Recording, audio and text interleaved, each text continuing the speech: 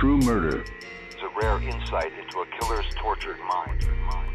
The most shocking killers in true crime history. Victims were brutalized, shot, stabbed. And the authors that have written about them. Bundy, Dahmer. I would also play with Yash, like if you play with sand. The Night Stalker, BTK. Every week, another fascinating author talking about the most shocking and infamous killers in true crime history. True Murder, with your host, journalist and author, Dan Zupansky.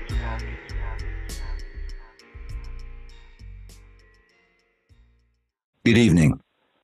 On an unseasonably warm April evening in 2001, the headless body of a tiny girl was found discarded in a makeshift dump site in the woods on the southeast side of Kansas City, Missouri. One long night turned into 4 long years for Sergeant David Bernard and the Kansas City Police Department's 1020 squad. They followed 1,500 leads, had a replica of the child's head sculpted from her skull, and ultimately conducted the single most extensive area canvass in the Kansas City Police Department's history. Erica Michelle Marie Green, a.k.a. Precious Doe, captured the hearts of not only the dedicated detectives who fought tirelessly to identify her and her killer, but of an entire community. Precious Few Clues is a candid and touching account of the painful impact that this brutal murder had on Sergeant Bernard, his family, and the Kansas City Police Department's 1020 squad.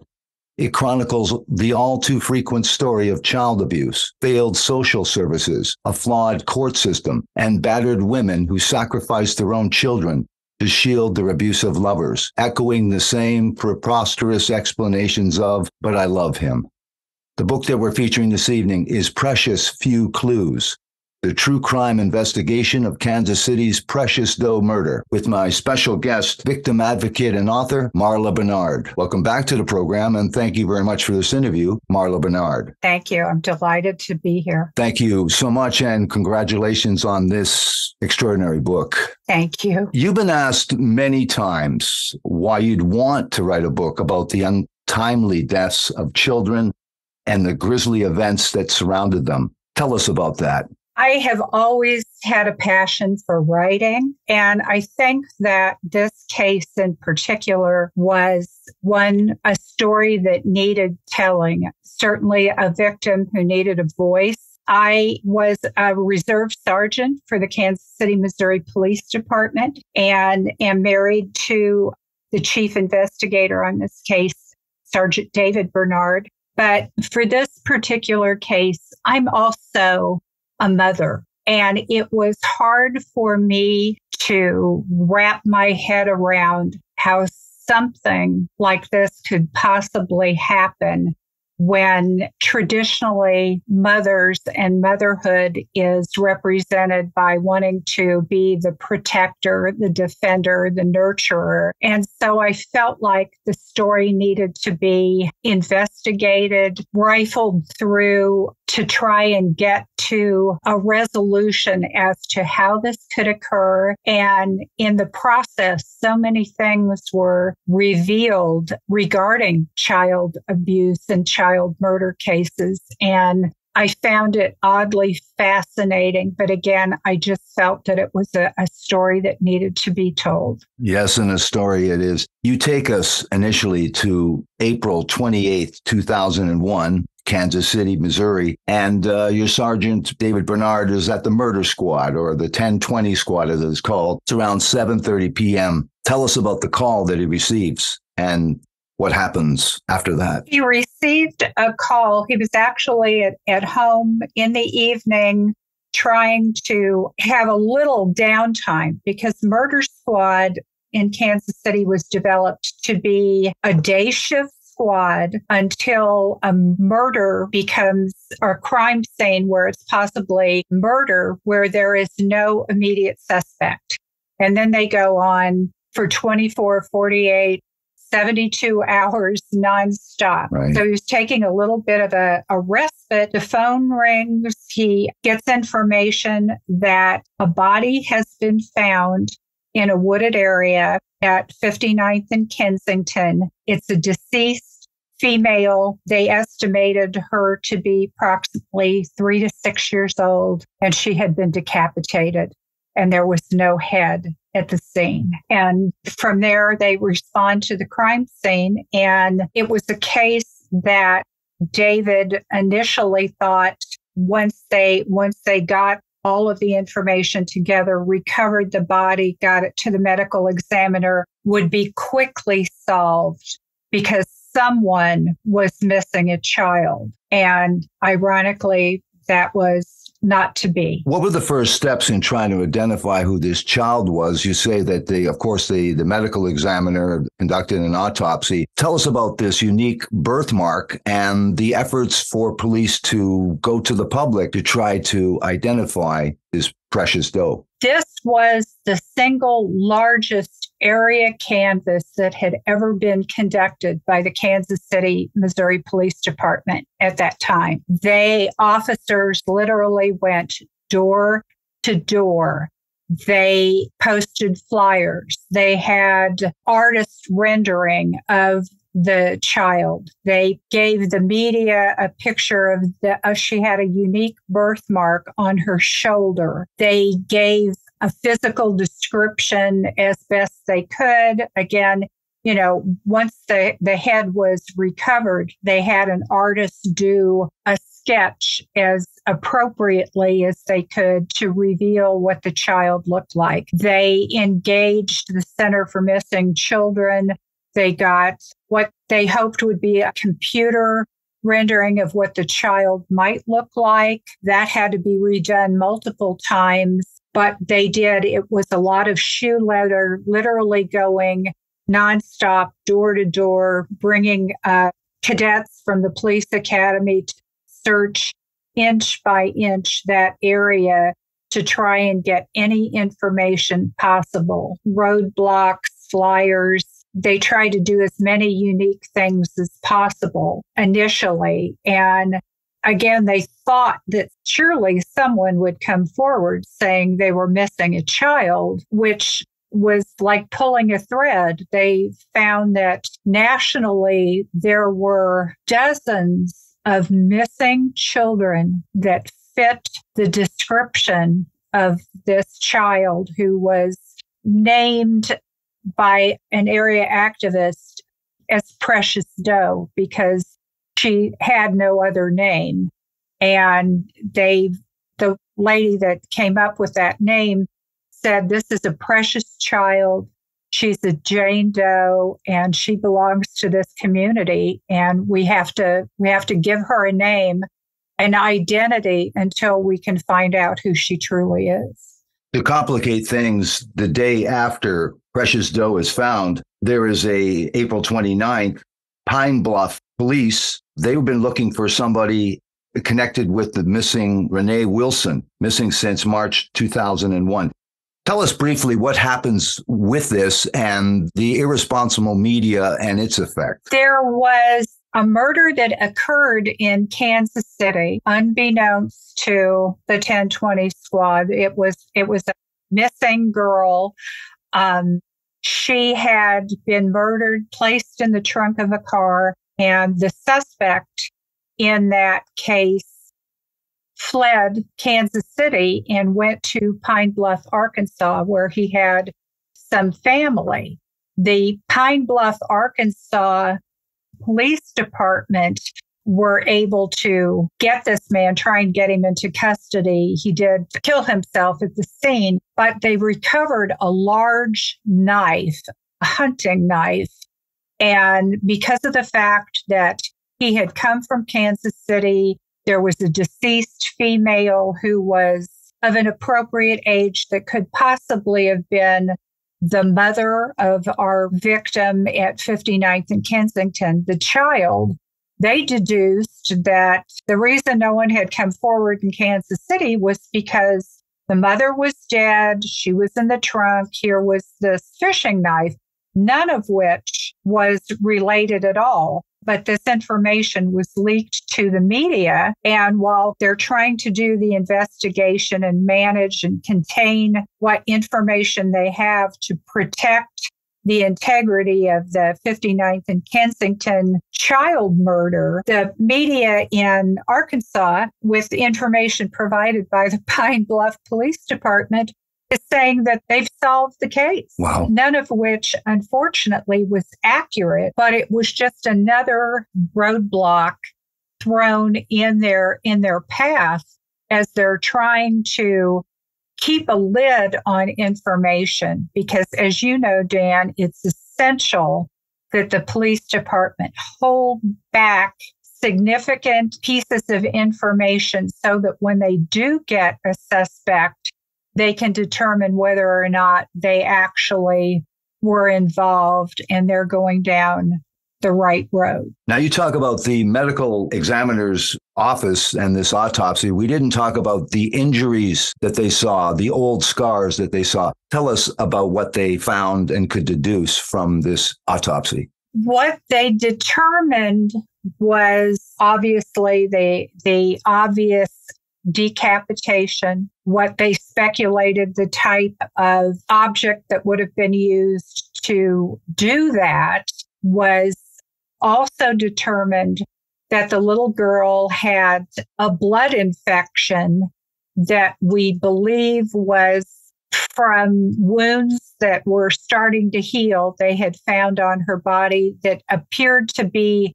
looping injuries. And by looping, I mean that someone had taken like a lamp cord, a computer cord, extension cord, looped it, and beat the child with it. And those injuries were in the process of starting to heal. Because of those wounds, they determined that the infection might have been possibly from that. There was also an indication that the child had been sexually abused. But otherwise, she was in an upper percentile for her age, her growth, her health. She had, from appearances, been well-fed, well-kept, but she did have extensive bruising as though she had been physically abused.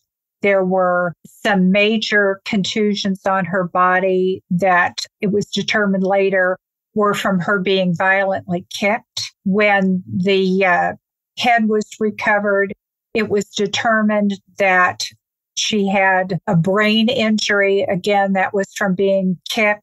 And the tragic part of it was if medical care could have been summoned, she would have survived those injuries. Now, in this extraordinary story, May 1st, 2001, with the police academy recruits assigned to search, they're conducting a field search. The media shows up, but also Billy Stiegel shows up. And this guy's known to police. He has these visions. Tell us about Billy Stiegel, who he is, and what happens that day with the media present. He was known to police. He was a veteran. He had some mental health issues, was just an odd duck, if you will. Small-time crimes, nothing really significant other than the mental health issues. He was convinced that the government was investigating him. He heard voices. He had visions. He would insinuate himself into different investigations over the years. And he decided he had a vision that he knew where the child's head was. So he decided to go to 59th and Kensington in an area that police had not cordoned off yet, had not expanded the ground search in that direction yet. There were some other weather-related things. There was a small creek nearby, some things that mandated the timely investigation of that area first, should the child's head be in that area. So while they're going in one direction, Billy Stiegel decides to go in the opposite direction, and he's going through the woods. He walked with a cane and had the cane with him, sees a young reporter, a news reporter, and a cameraman, and said, "Hey, why don't you come with me?" So she followed him through the woods, and as he's moving his cane around, he sees an area where inside a discarded tire, there are trash bags. It's actually determined to be a trash bag inside a trash bag, and a lot of flies around it because the weather was starting to get warm here in the Midwest. Right. And he takes the cane and starts moving it around. And he said, I think there's a head in here, and rips the bag. And indeed, that's what they found. Now, with that examination, I know we just spoke that. What does the medical examiner determine in terms of the injuries and when the beheading actually occurred? What are some of the things they learned from the examination of the head? And of course, there's a match made to the body. But tell us more about what else they could deduce from that examination of the head and their next step forward in identification. They were able to fairly quickly determine that the injuries were such that the head obviously belonged to that body, which was an initial relief because one of the concerns they had is this a singular case? Could there possibly be more than one victim? What are we looking for? They determined that was a match. Certainly, clearly, the lab results of the tissue, the blood, they determined that the head had been at the crime scene with the blood and the whole investigation, that the head had been moved at some point by objects and paint chips and dirt that was found in her hair that was not at the crime scene. It was determined that it was not a sharp object like a knife cut, that if you just took a large knife, like a hunting knife, and made the cut, that was not the case. There was chopping motion, and it was later determined that it was hedge clippers that were actually used. And those were all consistent with the effort that went into removing the head. And they were able to determine that occurred after she was deceased. Now, there's a $33,000 reward offered, and there are people that step up to the plate to try to make some kind of a composite to try to still identify her. You talk about Steve McBride for the field rep for the Center for Missing and Exploited Children. He used a computer. He thought a computer-generated composite might work. And then there was other people that came to the forefront a little bit later, and notably this nationally known sculptor named Frank Bender. Tell us about a couple of these initiatives to make a realistic composite to try to identify Precious Doe. The first computer-generated one was a lovely, lovely rendering, but there were things in the photograph, in the computerized drawing, that were not consistent with the victim herself. The hair, the age, she looked older than what the medical examiner felt was her approximate age. They thought closer to 3 to 4 years old. This child looked to be 7 or 8 in the photograph. She had longer hair, cornrows, an earring, none of which the victim had. So they brought in a forensic artist named Lee Hammond, and she did a very close rendering using the actual victim as the model. They subsequently brought in Frank Bender, who was a nationally known forensic sculptor. I think Frank Bender is best known for a model that he did of John List, who was murdered. He was a family annihilator. Yes. Back in, I believe, the late 50s. And when he did that sculpture, aging it down to the detail of the type of eyeglasses they anticipated that List would be wearing, they used that on America's Most Wanted and got the lead that police needed, and they were actually able to locate and arrest John List. So having Frank Bender's sculpture. They were so confident that surely now we have something that we can show the public and someone will come forward. And they did. It was featured on America's Most Wanted, but nobody called. Nobody came forward. They got leads, but there were a lot of people that had a lot of information that were aware of America's Most Wanted, and no one called. Let's use this as an opportunity to stop for a second for these messages. Now, you take us to, again, we've mentioned the $33,000 reward and this extraordinary effort to try to identify this precious doe. But on April 29, 2005, a Detective Taylor took a call from someone named Thurman McIntosh. And the caller had seen an ad sponsored by General Mills Foods in The Call, a newspaper, local Kansas City publication. Tell us about this Thurman McIntosh. What does he have to say? He calls the police, and it was never determined if Mr. McIntosh had had multiple strokes or what his difficulty was, but he was very, very hard to understand. He was calling from Oklahoma. He said that he believed that this child was related to his grandson, but he did not know her name, and he could send a picture and identify the child. But again, he didn't know where she was, where they were. And he said that they were in Aurora, Colorado. And what he was close. He actually meant Aurora, Illinois. Right. Where the mother, Precious Doe's mother's family was from. So it sent the police investigating in Aurora, Colorado, trying to run down what little information he could provide.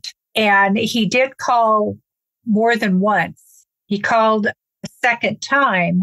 And the second time he called, by that time, the police already had information and were pursuing it. So you had two things kind of running in parallel. And the picture that he did send, he sent to a local activist here, and it did have Precious Doe's mother in the picture, but the child that he identified was not Precious Doe, and she was not in the picture. So again, they're close, but not quite close enough. They have information, but just not enough. They're just on the precipice of getting the clues to line up, but they just weren't quite there yet. Mr. McIntosh did call because he did want the reward, which he ultimately did receive, much to the chagrin of Precious Doe's mother. And he was related, but what was determined was that Mr. McIntosh and his daughter, the suspect's mother, had known for pretty much since the time that the child had been deceased. So for several years, they had known the identification of this child and had not come forward. Tell us about Michelle Green, a.k.a. Johnson, and Harold Johnson. Michelle Green was a native of Illinois, a suburb of Chicago. She had been a victim of sexual abuse, she claimed, by adult family members. When she was about 13 years old, she got involved with a man named Larry Green, who got her addicted to drugs, prostituted her. They did subsequently get married. They had several children together, and she met Harrell Johnson because he was one of her Johns. Larry Green had bought drugs from Harrell Johnson, and in exchange for the drugs, he prostituted Michelle, and that's how she became acquainted with Harrell. Tell us about the birth of Erica Green, and also introduce Mrs. Betty Brown. When Michelle had several other children by Larry Green, by this time she was living in Oklahoma, and she was pregnant. She was arrested on shoplifting charges. And because she had had previous arrests. By this time, she was sentenced to a jail term. Erica was born in prison, and Michelle still had several months to serve on her sentence. A lady named Betty Brown was a friend of Larry Green's mother and agreed to take the child. She had other foster children. So Michelle agreed, and the child was transferred to the care of Betty Brown in Oklahoma. And she was to have Erica until Michelle was released from prison. However, Michelle did not come back to retrieve the child. She left her in Betty Brown's care and would periodically drop by for a visit, but would never take the child, left her there to be raised by Betty Brown, which in fact was a good environment for the child to be raised in. The other children that Michelle, at that time she was Michelle Green, were being raised in Aurora, Illinois by her mother. She'd have a baby. She and Larry would go back. They would move between Oklahoma, where Larry had family, and Illinois, where Michelle had family. And they would take the children up there and just leave them and then go on about their business, which was prostitution and drugs. This interview with Danny and Tammy, the two detectives, what does Michelle eventually fess up to? According to her, what are the details of that incredible, horrible day? When they got Michelle in custody, she told the detectives that Michelle at that time was married, divorced Green, and had married Harrell Johnson, and she was pregnant. She also had a job. She was working in I think she called it the Food Saver grocery store, had just gotten back home. They were renting a back bedroom in a home of an acquaintance of theirs, using Erica's age-dependent children, her food stamps and welfare to pay for the room. Michelle had planned to go take a bath. She had left Erica in the room with Harrell, and Erica was crying. The child had only been in Michelle's custody for about 3 weeks. Michelle had taken Erica under the guise of going to visit family and would be bringing her back to Betty Brown in Oklahoma, which she failed to do. They kept the child in Kansas City. Obviously, she was terrified. She was with strangers. She was foreign surroundings. So she cried, and she was crying, and it angered Harrell Johnson. He knocked her down, kicked her across the room multiple times about the head and body. She sustained a head injury and was knocked unconscious. And Michelle decided that even though she knew the child needed some immediate medical attention, that they couldn't go seek medical attention because she and Harrell had outstanding warrants. Michelle's just for simple shoplifting. Harrell's were more serious, attempted murder and a pretty violent assault and robbery. So she elected not to seek medical attention, but to try and care for the child in the room for, I believe it was probably about 48 hours before Erica passed. Now, this Harrell, he's desperate. What is his plan to dispose of the body? And according to him, who goes along? It was determined that they had to get rid of the child, and Harrell and Michelle was pregnant by Harrell. They also had an infant daughter with them. So they had the infant daughter and Erica in that bedroom. It was determined by both of them that they needed to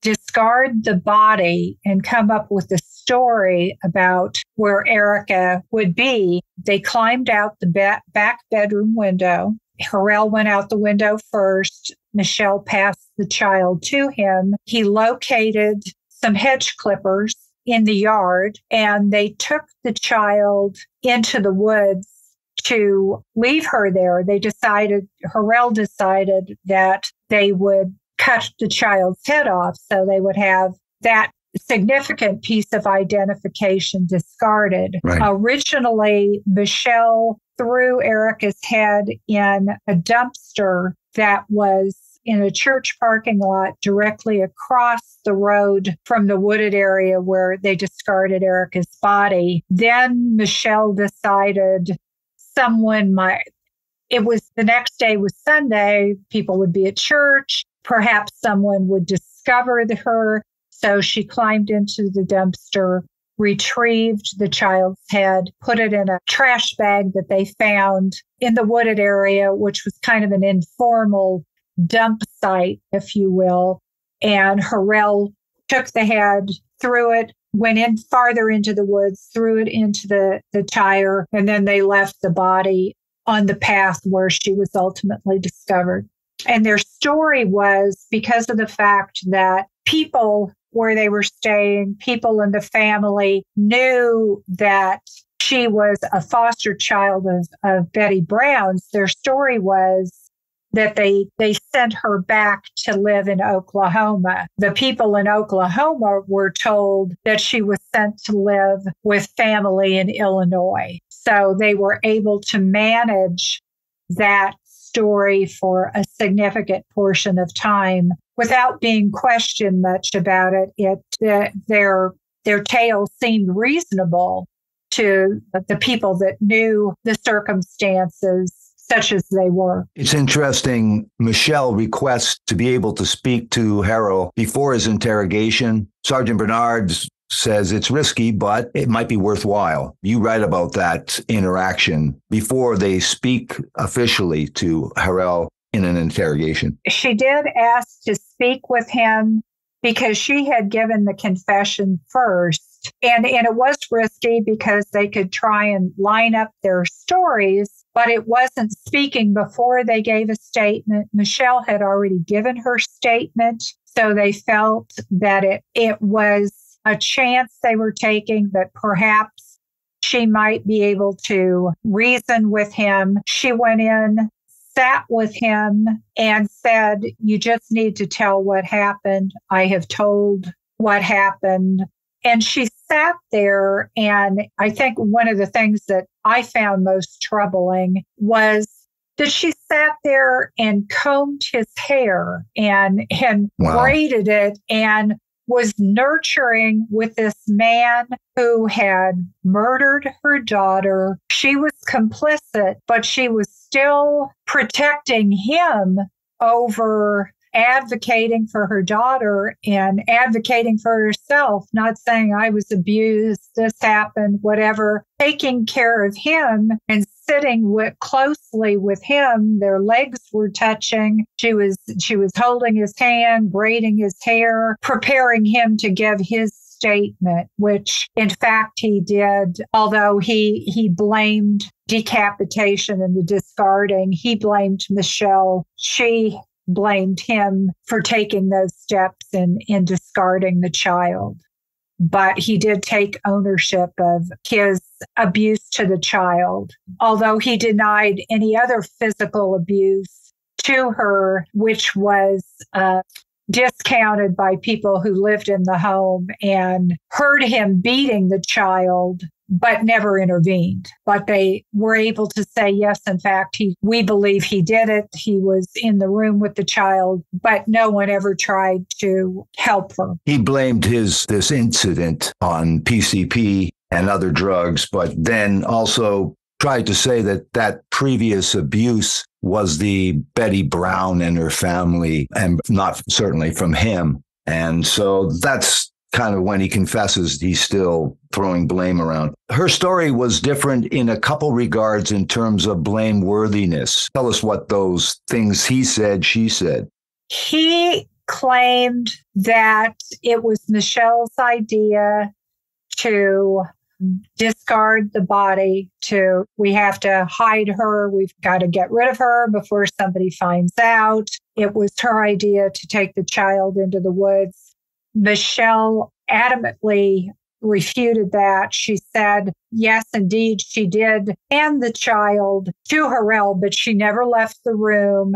She never participated in discarding her head, climbing into the dumpster, or having anything to do with that. He stated that the child was in a state of undress and her clothing was gone when her body was found. Michelle claimed that Harrell undressed her and discarded her clothing. Harrell stated that it was Michelle who undressed the child and discarded the clothing. So those facts were in dispute, but as time went on, it came to light how this actually, the sequence of events that occurred over that period of time, and that Harrell did in fact violently beat the child, although it was never determined when or how the sexual abuse that the medical examiner discovered had occurred. You write and include some of the correspondence that Harold and Michelle had while they were in prison. Some of the things that it's fascinating. He was virtually instructing her on what she should say legally, always thinking of himself. And then you include just the depraved sexual fantasies between these two criminals. And also some of the people that were close to Michelle that came forward to provide crucial evidence about the couple and Erica and the abuse of Erica as well. Yes, there were two of Michelle's sisters came forward who were in no way involved in any of this, but gave investigators good information about the relationship between Michelle and Harrell, because this is over a period of time. When they left Kansas City, they fled and went back to Michelle's family in Illinois, which allowed the sisters and her mother to observe the interactions and the farce that they perpetrated on the family of, oh, Erica's alive. She's in Oklahoma. But Michelle went to such lengths that investigators were able to actually procure from the state of Illinois, where Michelle went and claimed aid to dependent children. She got welfare for Erica. She actually, during the period of time between Erica's murder and when they were arrested, she was getting funding from the state of Illinois, the state of Oklahoma, and the state of Missouri. So they were not only aware that the child was dead, they were perpetrating frauds at a federal level and a state level in 3 states. And family knew that. Harrell's family in Oklahoma, his mother was aware, claimed after the arrest and investigators went and interviewed her, that Michelle had, in fact, confessed to her that the child that was being featured on an episode of America's Most Wanted was, in fact, Erica, and Harrell's mother, Thurman Mitchell's daughter, or Thurman McIntosh's daughter, never came forward. So that's how Thurman McIntosh became aware of the situation. He and Harrell's mother both knew for a period of not just months, but years, that the little girl known as Precious Doe in Kansas City was, in fact, Harrell Johnson's stepdaughter. Let's use this as an opportunity to stop for a second for these messages. Now, person comes forward, a call comes to the 1020 squad from Rochelle Allendale. Tell us who Rochelle Allendale is and her previous connection to Michelle. And what does she have to say? Rochelle Allendale is a fictitious name that I've given that individual. She was the person that rented the room to Harrell and Michelle, and actually knew Harrell's family was distantly related. She came forward with information about the child when the few times that she was observed in the home. Erica was generally not allowed out of the bedroom that they were staying in. When she was allowed to come out of the room, she was not allowed to play with any children in the neighborhood or her grandchildren who were there. She never saw her eating. The little girl wouldn't eat. She just basically would sit and whimper and cry. She was very fearful. And then there were times that she would observe Harrell get mad at the little girl. She was taken into the back bedroom and they could hear her scream and cry until the cries got very weak, and generally they would just hear whimpering. So she was able to place Harrell and Erica in the interactions in the room. She was also able to place interactions with her family involving a firearm and some threats that Harrell had made against one of her family members, and placed him at an attempted murder that Harrell had committed, and also a robbery that he had done where he tried to steal a ring from a woman and cut her finger off in order to actually gain the property, and had violently assaulted her. So she was able to add kind of links to the chain of events that occurred around the time that Erica was there. She was also early on involved in the case when the area canvass was being done. Immediately after the child's body was found, they went door to door, they being the officers, and actually knocked on the door of her home where Michelle was staying. They made contact with both women, documented it in their area canvas, and were told by Michelle, and Allendale had substantiated the statement, that they saw a man. They gave a physical description of him, suspicious-looking black man in the area, about the time that this child's body was found, how they hoped that they would find the suspect. Allendale did not know at the time that it was Michelle's child, but Michelle Johnson clearly knew and gave a statement to the police about this suspicious party in the neighborhood. Now, also, the information that seemed most damning as well was that evening, or the day of, the suspicious behavior of Michelle and that Rachel witnessed, in terms of blood on her shirt, being breathless and sweaty like she had been running.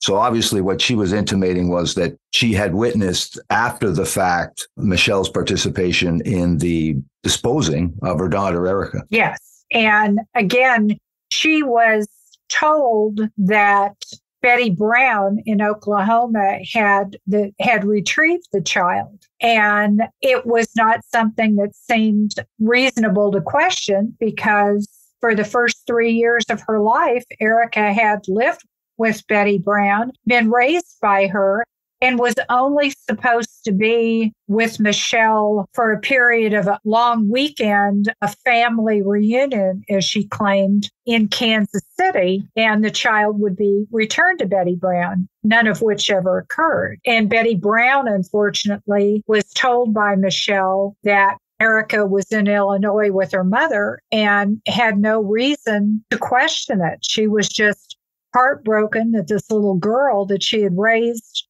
was no longer coming home. And Betty stored her belongings.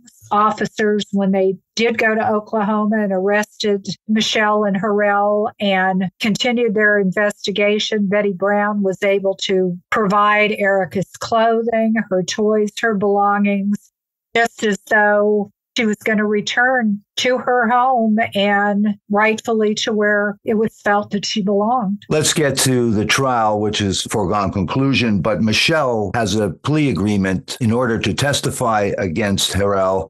What is her plea agreement and what is his sentence? She takes a plea and agrees to testify truthfully, all the facts in the case that the prosecutors had against Harrell. And for that, she was sentenced to 25 years in prison. She comes up for parole next month, by the way. Wow.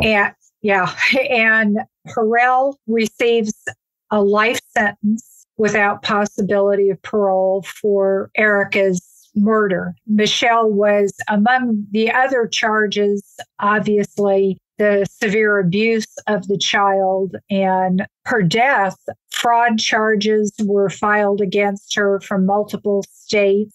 They stacked quite a few offenses against Michelle, making a case for her to go ahead and take the plea and testify against Harrell, which she did. Now, we didn't mention and didn't have time to talk about all of the initiatives that you were involved with and other people, this Precious Doe committee that was formed, and all of the initiatives to try to do some justice for this Precious Doe. A casket and some of the things from a funeral director was donated. Tell us a little bit about some of the people that seem to care for her and the funeral and the memorial. Tell us a little bit about that. Oh my gosh. The Kansas City community rallied around this child. Community, I don't want to call him an activist. He is, but he is like a figurehead in the community. Alvin Brooks kind of took the lead on getting information out about this child. And there was a grassroots effort, mostly women, not all, but mostly women, mothers, formed what was known as the Precious Doe Committee. And actually, the committee, headed by Alvin Brooks, went to court and got custody of this child so that she could have a proper funeral, burial, and with the intent that should someone surface and try and take her from Kansas City, that they actually had legal custody of this little girl named Precious Doe. Park Lawn Funeral Home stepped up and provided a casket, and she's actually buried here in Kansas City on their property. When Erica was buried twice, she had her original funeral when she was known as Precious Doe, and then she was, for the purposes of further identification, her body was exhumed and her skull was taken to Baton Rouge, Louisiana, the Faces Lab, where a clay sculpture was done forensically over her actual skull. And that is the photo, the image that's on the cover of the book, the likeness that they did, the true likeness of this child in that lab. And when Erica was reburied, Sue Stiltner from the FBI and Mary Manheim, who was the head of the Faces Lab in Baton Rouge, came. They purchased the dress that Erica was buried in, dressed the child. I purchased the teddy bear that she was buried with. We attended the funeral. My son, Alvin Brooks, my husband, David, were pallbearers for Erica. And every year she is recognized for her 20th birthday. The Precious Doe Committee reassembled. We were with them and members of the community at the little park that is across the street from the area where Erica was discarded. Just an honor, a celebration that she had never been forgotten in this community. Every Memorial Day, David and I go and take flowers to Erica. We take flowers to another child victim, one of David's cases that I mentioned in the book. The community, all you have to do is say Precious Doe, and people know the case. They remember where they were when they heard about it. They know the story. She's never been forgotten. It's my understanding that Michelle Johnson gets very angry when Erica is referenced as Precious Doe because she's not being called by her name. But it was a name that Michelle refused to share with anyone for a multitude of years. And so Erica is an honorable name for the child. Her name is Erica Michelle Marie Green, but she's also lovingly known to many of us in the Kansas City area and beyond as Precious Doe because she was a very precious child and meant a great deal to very many of us. You write about in the epilogue the impact on your family, and we haven't spoken about that at all. That you had to learn how to take a backseat to your husband, Sergeant Bernard's investigations and the heavy toll that it took on all of the people that involved in the murder squad and surrounding this, but especially those people that make up the 1020 squad. Tell us a little bit about how this is handled, what you learned, and just, we did not include all of the tales that intertwine and that are connected with this Precious Doe, at least it seemed to be. And the media sometimes either connected him or police, but also that your husband and the murder squad were contacted about these cases. They had many parallels and many similarities and things that you needed to share in this book to explain the scope of this problem, which you call epidemic, and you provide some statistics. When this case came to light, because of the fact that they had no identification for this child, David had a database set up just to be able to track the leads, track similar cases, and nationally, it was astonishing how many children that were missing in the same time frame fit Erica's description. How many little girls, how many children. The statistics were overwhelming. It was mind-boggling.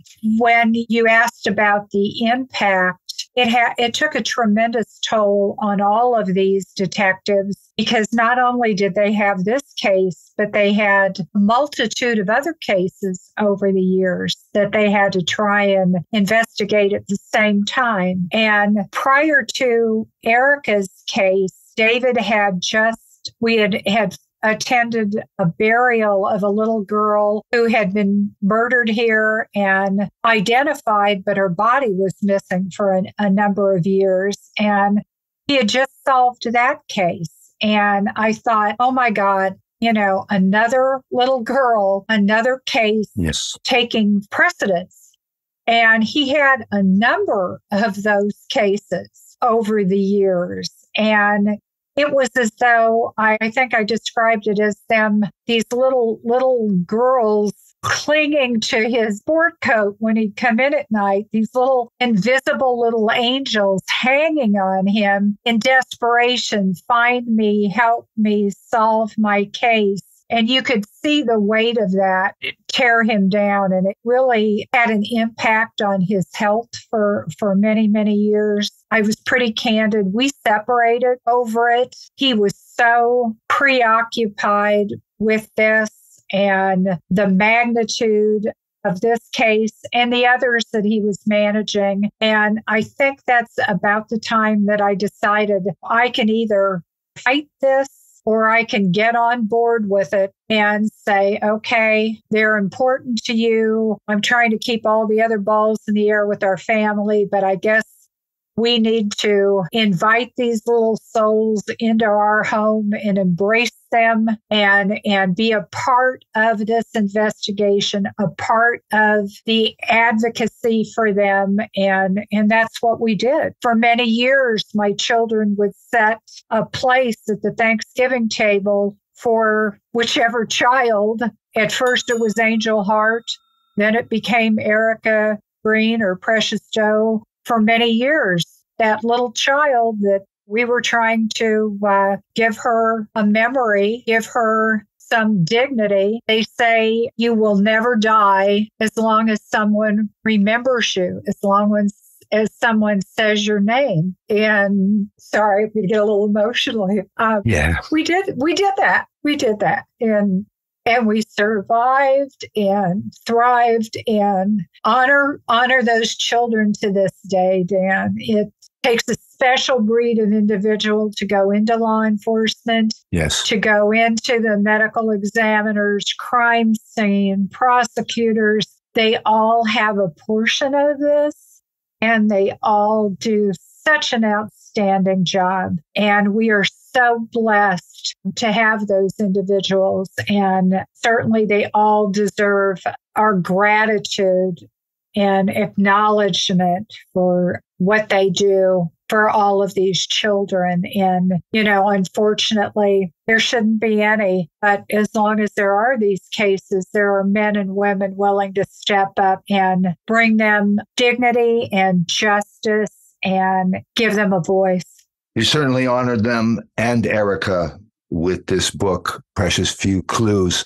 I want to thank you very much, Marla Bernard, for coming on and talking about Precious Few Clues, the true crime investigation of Kansas City's Precious Doe murder. For those that might want to take a look at more information about this book, I know this is a Wild Blue press release. Do you do any social media? Yes, I do. And I have a website I have a writing tag called ScarletInkwell.com. It's Scarlet with 2 T's. And I have a website there and have started a blog on that in addition. So yes, I do. And fortunately, I have the opportunity, the privilege to talk to people such as yourself and talk about these cases and kind of keep them in the forefront of people's attention and, again, give them a voice. Absolutely.